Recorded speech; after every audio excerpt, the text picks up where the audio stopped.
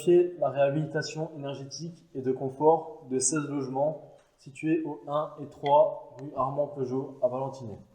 Le bâti a été construit en 1958 dans le quartier des Buis au nord et appartient actuellement au bailleur social Neolia. Les deux bâtiments sont mitoyens et sont tous les deux des R+3. Nous allons vous présenter ce projet en 4 grandes parties. Premièrement, la phase diagnostique. Deuxièmement, la phase avant-projet. Troisièmement, la phase projet. Et quatrièmement, la phase d'aide au PC exe. La phase diagnostique. Nous avons établi un diagnostic amiante, plomb, installation gaz, installation électrique, risques naturels miniers et technologies, assainissement, DPE, vérification des enrobages béton, accessibilité PMR.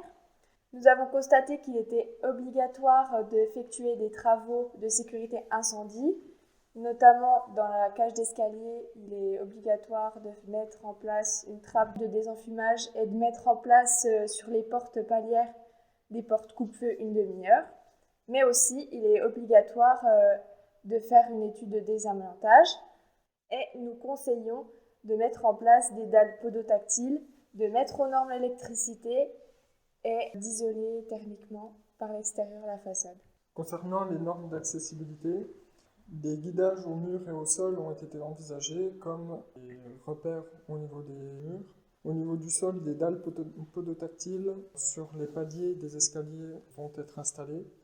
Des peintures contrastantes vont être adoptées, comme pour les menuiseries intérieures et au niveau des escaliers afin d'améliorer la visibilité de ceux-ci. Les rampes d'accès au bâtiment, des ascenseurs et places de stationnement pour les PMR n'ont pas été adoptées pour cause de coûts et de non-viabilité. Pour mettre aux normes incendie le bâtiment, nous devons tout d'abord mettre en place des trappes de désenfumage au niveau du plafond dans les cages d'escalier et également placer des portes coupe-feu EI30 qui sont des portes résistantes à une demi-heure au niveau de chaque porte palière. Concernant la sécurité électrique, nous devons effectuer un changement entre le lavabo et le lave-linge dans l'ensemble des salles de bain des logements. En effet, le lave-linge est beaucoup trop proche. On peut voir cela grâce au volume électrique et à ces 4 zones. L'avantage d'inverser le lavabo et le lave-linge est qu'il n'y a pas besoin de faire intervenir l'eau plomberie. Cela réduit grandement les coûts. Concernant l'isolation, le bâtiment existant a une étiquette énergétique D. Le but de la rénovation est de le rendre à une étiquette C.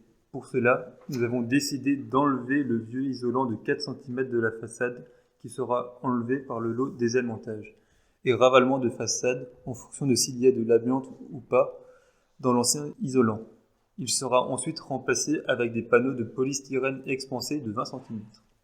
Concernant le plafond, nous avons enlevé l'isolant existant de 4 cm et l'avons remplacé par 2 couches de 16 cm d'isolant en laine de verre. Pour le plancher, nous avons décidé de garder l'isolant existant, mais nous avons également rajouté 15 cm d'isolant. Les fenêtres ont également été changées. Elles sont passées d'un U-Windows de 2.24 à 1.25. Avec tous ces changements, nous pouvons passer le bilan énergétique du bâtiment de 123 à 95 et donc avoir une étiquette C. Deuxième partie, phase avant-projet. Alors tout d'abord, pour calculer les surfaces utiles, nous avons relevé toutes les surfaces des appartements que nous avons additionnées. Donc en tout, nous avons une surface d'appartement de 1061,68 m². Ensuite, nous avons relevé les surfaces des caves et des sous-sols, qui est de 257,81 m². Et on a additionné le tout, et nous avons 1190,585 m². Concernant les demandes auprès de l'urbanisme, ils devront obtenir un certificat d'urbanisme, remplir puis le retransmettre afin de les informer des travaux nécessaires à effectuer. Une déclaration préalable de travaux sera nécessaire. Ensuite, un permis de modification de permis de construire ou d'aménager devra être réalisé. Puis une taxe d'aménagement sera appliquée à notre projet. Afin de pouvoir déterminer le montant total de notre projet, nous avons dû effectuer une estimation des ratios. Nous avons pu effectuer cette estimation notamment grâce au projet Grand Chamond et au projet Dijon. Donc nous avons fait les moyennes concernant plusieurs éléments tels que la création du désenfumage, le remplacement des portes palières, la mise en sécurité électrique des logements. Nous avons pu avoir la surface ou les nombres limités grâce aux métrés fournis que nous avons fournis. Nous obtenons donc un montant hors taxe d'environ 225 000 € pour un montant total de 270 000 €. Deuxième partie, la phase projet. Après avoir réalisé la dépose du bardage et de l'isolation existante, l'entreprise chargée du lot revêtement de façade sera chargée d'installer des échafaudages qui permettront de nettoyer la façade, poser l'isolation extérieure et un enduit en toute sécurité. À cette occasion, on peut profiter pour mettre en place la trappe de désenfumage. C'est pourquoi l'entreprise devra installer les échafaudages 1 mètre plus haut que le bâtiment pour permettre le bon déroulement des travaux sur le toit. On a calculé 1235 m² d'échafaudage. Ensuite, prévu un nettoyage avec de l'eau à haute pression avant la pose d'isolant sur une surface d'environ 850 m². Et comme évoqué précédemment, on a décidé de partir sur du polystyrène expansé de 20 cm d'épaisseur avec une résistance thermique de 6,45. Pour cette opération, l'entreprise devra prévoir le traitement des ébrasements des fenêtres avec 7 cm d'isolant et également prévoir les baguettes pour les finitions.